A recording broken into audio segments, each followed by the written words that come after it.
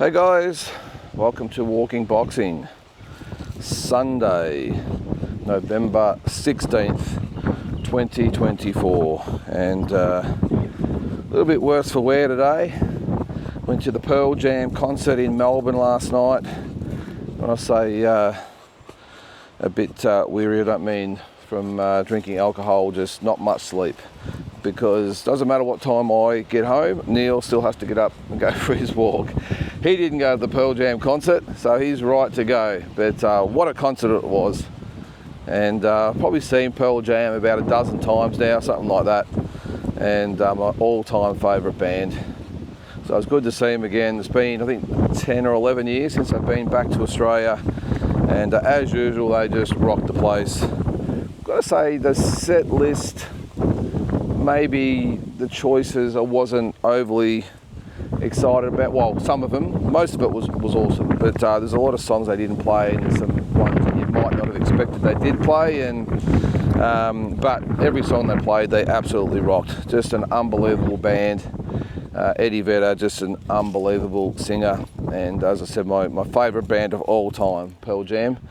And 55,000 people there too. So Melbourne, they always turn out for the big events. I think they're back on Monday as well, so it'd be interesting to see if they get the same amount of people there. But yeah, the joint was going off. All right, so let's get into it. Jake Paul, Mike Tyson. I can't believe the amount of people, and actually I haven't had a chance to really scour the internet and the YouTube pages, because yes, I did the live watch along. We did it for like 4.5 hours. I had half an hour to get ready to go to the concert. Went to the concert, got home at like 1 o'clock in the morning, whatever it was. Or got to bed about 1:30, whatever it was, up early. I haven't had a chance to really go through them as much as I would like, but I will. But I'll just give you my, you may as well say pretty much fresh off the presses review, because as I said, I haven't seen any feedback really from anyone, just a few bits and pieces. So, but I am surprised but not surprised, the amount of people saying, well, we were duped, we thought Mike Tyson was going to. Come on guys, how long have people that actually know something about boxing and are involved in boxing have said this fight is a joke?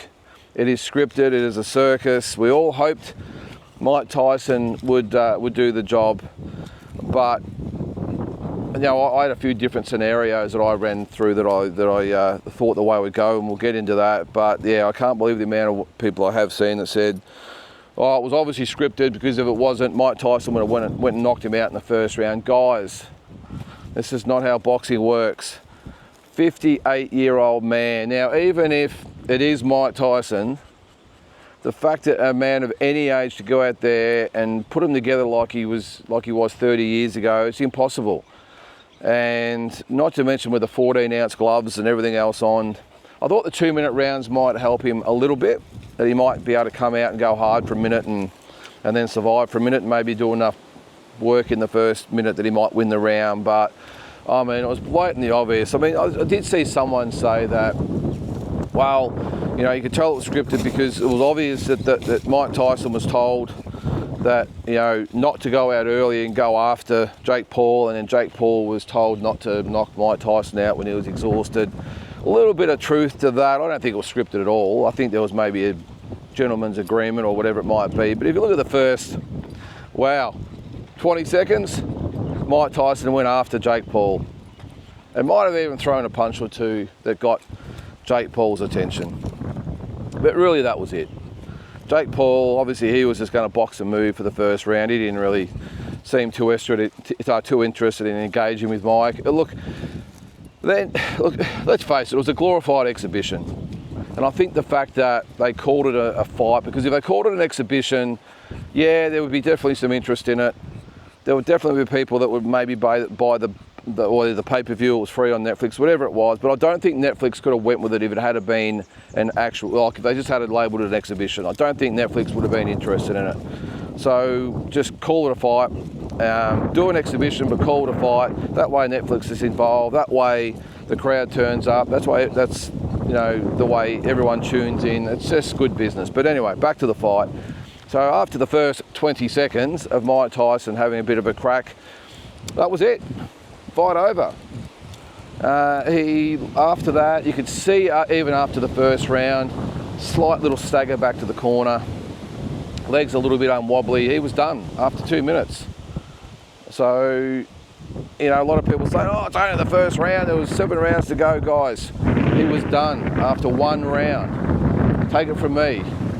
I've seen it lots of times. You know, a guy, I can see when a fighter is done, and he was done after 1 round. And then it was a matter of survival. Now, Jake Paul probably did the right thing, probably in the 2nd and 3rd rounds, by just still boxing carefully and you know, sort of making it appear that, you know, Mike was still in the fight. But I mean, you can see a little bit of the head move, the hands nice and high. I know a lot's been made out of the biting the glove. I think a lot of people thought he might have had, and the commentators thought he might have had a mouthpiece issue, but he did say after the fight he just liked biting his boxing glove. I don't know, but so he was trying to bob and weave. The problem was he had cement in his boots. He couldn't move. He literally could not move. It was a little half a step here and a half a step there, and because he's so short for a heavyweight and his reach is so short, Jake Paul, you could see all he was doing. He's sort of staying from distance, sort of wait for his chance, go in, jab to the head, jab to the body, and then just take a step back. And Mike, with those cement boots on and no ability to move and being exhausted, would react and fall a foot short. He just couldn't react. So it was just rinse and repeat. And I'll give credit to Jake. As the fight went on, it was blatantly obvious that Mike Tyson was completely shot, completely exhausted after 4 rounds, and Jake Paul, I think at any time could have really stepped it up and got him out of there. And I have been, if you've seen this channel a lot, I've been very, very critical of Jake Paul. I think he's an absolute peanut. However, I will say yesterday I was impressed by the fact that he did stick to whatever script there was. Not a script, but pretty much an agreement. Hey, don't hurt Mike. If he's in trouble, if he's tired, if he's in a bad way or struggling, but whatever, let's just get through the fight. I mean, this is a living legend we're talking about. But having said that as well, this is an officially sanctioned fight, as has been made mention numerous times in the lead up to the fight. An officially sanctioned fight. So I think all of us watching or in attendance probably would expect that Jake Paul would try and get Mike Tyson out of there. So I can see that argument as well. But as I said, I am glad that he, and appreciative, if you want to say that he did sort of carry Mike through the last 3 rounds. I can't believe that after, was it 3 rounds, the commentators had Mike Tyson ahead 2 rounds to 1.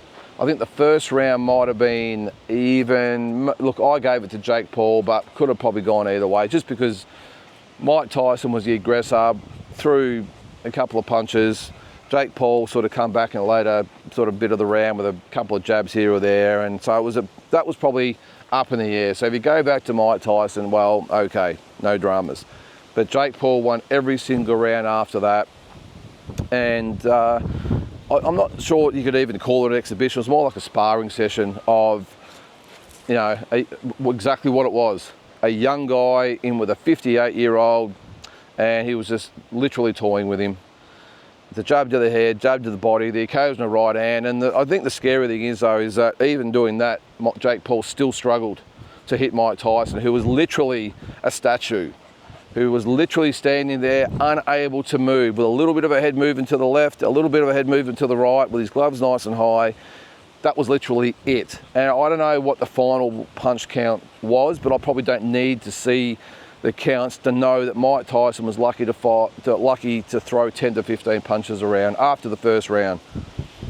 So again, I don't know what the official stats was and how much he actually landed. I would think, geez, if he threw 15 punches, I'm thinking maybe he landed 1 per round. So, and Jake Paul, as I said, not that he did anything special either. Again, jab to the head, jab to the body, occasional right hand. He didn't do a lot of, look, it was a hard watch, especially after the 4th round. But again, I do give Jake Paul credit that he did carry Mike Tyson at the end. Not so much in the last round where he stood there and bowed at Mike Tyson. I think Mike Tyson, that was probably going a little bit far for Mike. I think he'd earned enough respect by then, and just to get through the fight. I'm actually impressed that from Mike's angle that he did 8 2-minute rounds as a 58-year-old man. It mightn't have looked like it was at a frenetic pace. But again, take it from me, when you're in there, the adrenaline's pumping, you just work harder. It's just, and more the concentration, everything like that. So it would have been quite overwhelming for Mike, even with 8 2-minute rounds. It's a little bit different against Roy Jones Jr., where obviously it was an exhibition, so they just went through the motions and it was great. You have a go, I'll have a go. So I am really impressed that Mike got through 8 2-minute rounds, and he showed a lot of heart. And the fact that he just got through was good. And I was, again, impressed by Jake Paul after the fight more than anything. I thought, here we go. He's going to, as we all thought, proclaim that he was the greatest ever, and he was going to do this and going to do that. And, you know, as I say, to be a legend, you got to beat a legend, and I just beat a legend, all that sort of crap. But I was very surprised, pleasantly surprised, that Jake Paul was very, very respectful. He praised Mike Tyson, told him he was his hero, he was the greatest, all this sort of stuff. And I took my hat off to Jake for doing that, and Mike was very respectful as well. But then we get to the key moment, the WWE moment, where Mike Tyson, again, I don't know whether this was just off the cuff or that was pre-planned, whatever it might be. Then he said, oh, well, because he was asked whether that was it. And surprisingly, he said, yeah, well, we'll see. I wouldn't mind maybe looking at Logan Paul. And that's when I went, oh my God, here we go. And Logan Paul sort of looked at him like this and just said, I'd kill you, Mike. And I thought, all right, is this the first stage of promoting Logan Paul and Mike Tyson? Now, if that fight does happen, I'm hoping that it doesn't, and I don't think it will, but hey, I didn't think Jake Paul and Mike Tyson would happen. I don't think people would buy it anyway, but when that happened and Logan Paul said, I'd kill you, Mike, and Mike Tyson just smiled, I was thinking, is this the WWE moment? Is this the ultimate slap in the face by all concerned? Just forgive me, this wind's coming through the microphones there too, guys, but I thought, is this the ultimate insult, the final slap where we've been officially taken for a ride, that this has just been a whole set-up and a money-making exercise? I don't think it was. Well, I'm hoping that it wasn't anyway, but who knows? Maybe it'll be Logan Paul and Mike Tyson. So, yeah, so I'm just glad it's over. Some things about the fight, though, that I did see. $17.8 million gate, almost twice as much as the previous record gate at that stadium, which was Canelo Alvarez, which I think was around 9 million or something like that, to almost double the gate. And if you were watching the fight, you saw that at one stage Netflix actually crashed. Can you believe that? When Mike Tyson, I think, was coming to the ring, the site crashed. And I feel sorry for a lot of those people who were watching the interview of Mike Tyson with his son before the fight with his ass bared, and it froze on that spot. So I feel sorry for you guys. When he turned around, I almost spat my coffee out over the screen. I was thinking, what? That could only be Mike Tyson. Only he could do that, to turn around and to have his ass shown to the camera. I was surprised at the start where he kissed the interviewer. I didn't realise it was his son. And I thought, gee, that's a nice way to thank the interviewer for being so kind. But yeah, so that was interesting. But look, you know, again, yes, I didn't get duped, but I know a lot of people did. But I know, as they refer to them as the casuals, I understand that. But does it really matter to those that ran the event? The amount of money they must have made or will make out of that. I don't know what the figures are off the top of my head. Again, I haven't seen a lot of the news this morning or after the fight, but I could just imagine if it was enough to crash Netflix, it would have to be almost be the most watched event of all time on that platform. I mean, it was live, so of course everyone's mightn't have been the most watched thing in total. Like a lot of people watch movies and series over obviously a certain amount of time, and it adds up. But at one time, a live event, wow, I would love to see what the final figures were of how many people actually watched the fight. Now, is that a good thing for boxing? Is it a bad thing for boxing? I have no idea. I don't think, look, to real boxing fans, it's not good for boxing. Of course it's not. It's not good for boxing because it was a circus.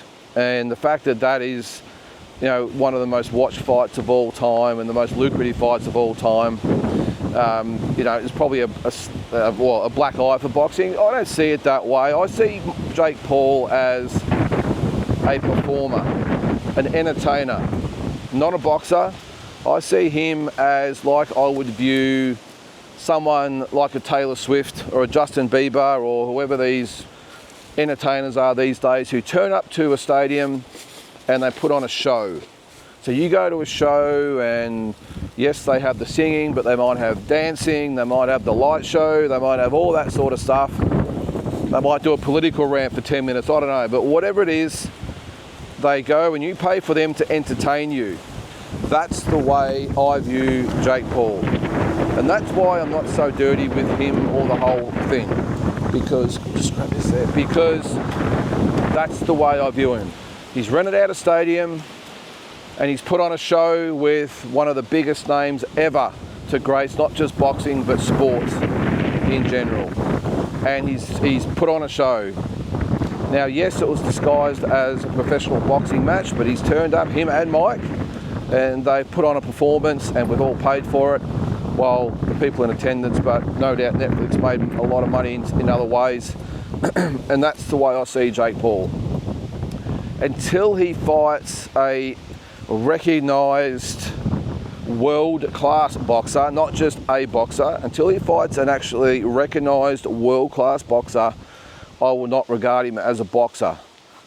I will still view him as just that guy who rents out a stadium and puts on an event for the people that decide to pay the money to turn up. So that's the way I see it. But for Netflix, this could be something big, guys. I think that what Netflix would have seen today is the power of the boxing fans, I suppose the social media fans. So let's hope that they don't continue with the circus fights. Let's hope they maybe look at it and go, all right, there's some big money to be made in professional boxing, and maybe it's UFC, bare knuckle, whatever it might be, but especially boxing. Let's see what we can do with that. The fact that the site crashed yesterday, they would have been doing cartwheels about that. They would have been panicking at the time. I'm sure they would have. One of the biggest events they've ever done, or biggest things they've put on the platform, and it crashes. So once they got it back up, I'm sure they would have been high-fiving all around for that. But yeah, what did you guys think? Let me know.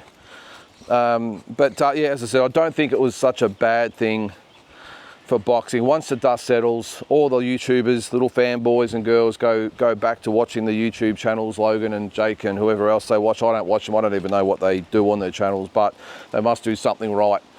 But once they all fade into the sunset, the boxing fans get over it, and they stop hearing from all those work colleagues and family members who go, "Did you see the fight?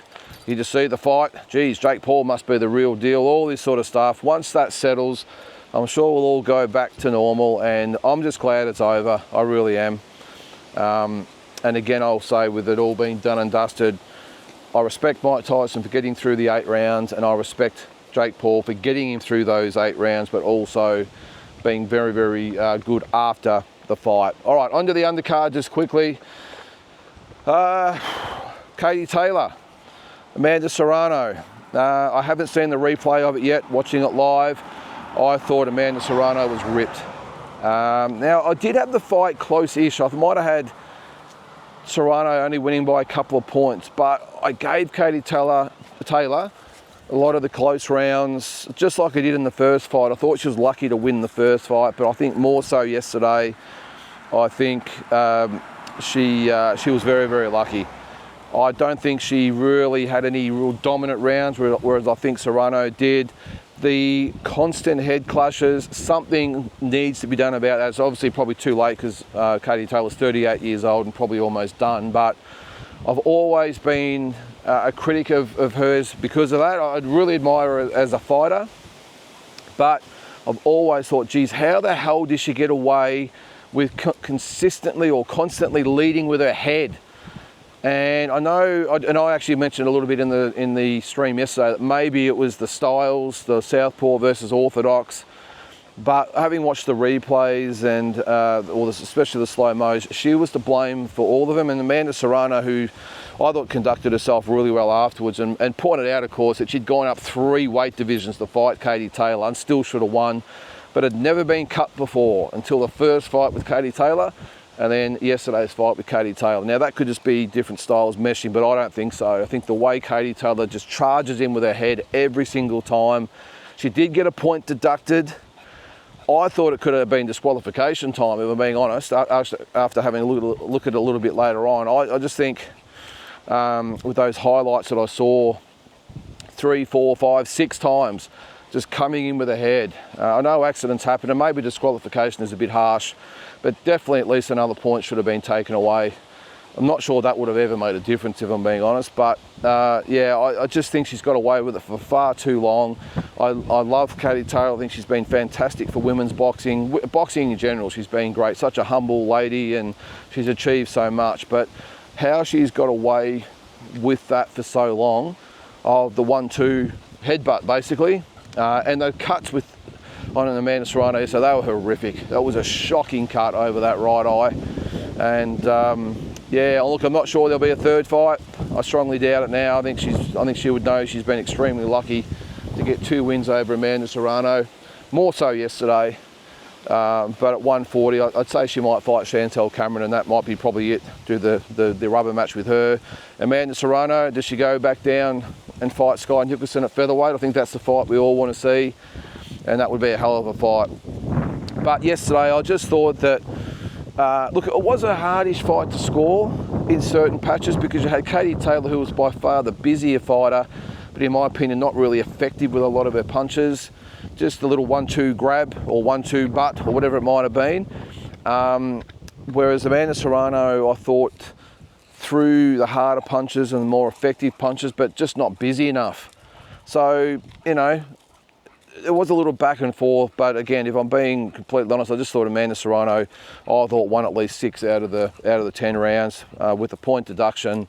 Maybe even if it was 5-5, still with a point deduction, I just still think Amanda Serrano got the job done. But anyway, speaking of other close fights on that card, the Ramos and Barrios fight, I thought, well, it was at a draw. I actually thought Barrios did enough to win that fight as well. He, what was it, 2 knockdowns to 1. So I thought he did enough to win. Tough fight though. He was lucky at certain stages to get out of that. He was hurt and fatigued. But look, a great fight though. I was surprised. I thought Barrios would win that quite comfortably.